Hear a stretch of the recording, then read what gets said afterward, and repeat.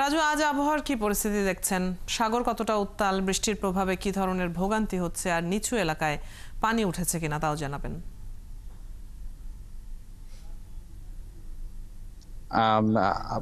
আজকে সকাল থেকে যে মুষলধারে যে বৃষ্টি হয়েছিল উপকূলীয় এলাকা জুড়ে, সেই বৃষ্টির প্রভাব কিন্তু এখন অনেকটাই কেটে গেছে। দুপুরের পর কিন্তু আসলে কলাপাড়া উপকূল জুড়ে বৃষ্টি নেই, এবং এই মুহূর্তে যে নদী এবং সাগরের অবস্থা আপনি জানেন যে ভাটা, সাগর এবং নদীতে কিন্তু ভাটা শুরু হয়েছে। এই কারণে যে নদীর পানি এবং নদী এবং সাগরের পানির উচ্চতা কিন্তু অনেকটাই কমে গেছে। এবং আমি এই মুহূর্তে যে স্থানটিতে দাঁড়িয়ে আছি, আপনি দেখেছেন এই সকালে কিন্তু এই যেখানে থেকে ১৩ থেকে ১৪ ফুট পানির উচ্চতায় পানি ছিল, সেটা কিন্তু এখন অনেকটাই নেমে গেছে।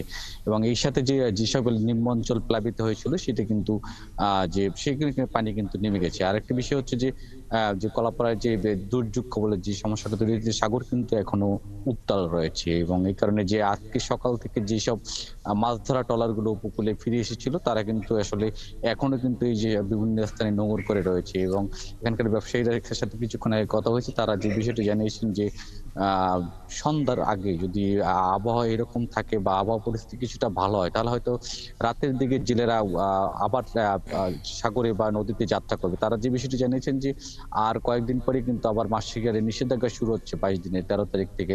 তো এই কারণে যে এর আগে যে কয়দিন তারা মাছ শিকার করতে পারেন, এই বিষয়টি মাথায় রেখে তারা কিন্তু আসলে অনেকটা ঝুঁকি নিয়েও কিন্তু মাছ শিকারে যাত্রা করবেন বলে এখানকার জেলেরা এবং মৎস্য ব্যবসায়ী জানিয়েছেন। আরেকটা বিষয় হচ্ছে যে নিম্ন অঞ্চলে যে আমন ক্ষেতে যে পানি উঠেছিল, সেই পানির পরিস্থিতি কিন্তু অনেকটা নেমে গেছে। তবে যেসব এলাকায় সুলিজ জলাবদ্ধ সুলিজগুলো আটকা পড়ে আছে, অনেক সুলিজ কিন্তু ভাঙা অবস্থায় আছে।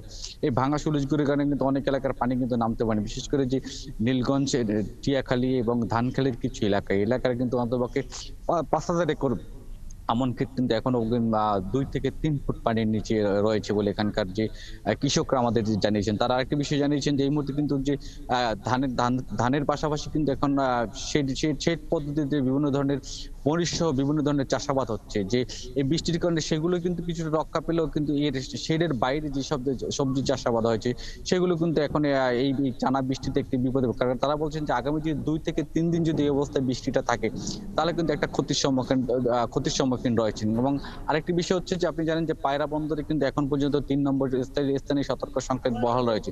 এবং ঠিক কতদিন নাগাদ এই সতর্ক সংকেত থাকতে পারে, সেই বিষয়টি কিন্তু আবহাওয়া অধিদপ্তর থেকে আমাদের জানানো হয়নি। তবে তারা বিষয়টি জানিয়েছেন যে আগামী ২ থেকে ৩ দিন বৃষ্টি হবে। এই ছিল আমার কাছে কলাপাড়া থেকে সর্বশেষ। রাজু, আপনার কাছ থেকে আমরা পটুয়াখালীর খবরাখবর জেনে নিচ্ছিলাম। ধন্যবাদ যুক্ত হবার জন্য।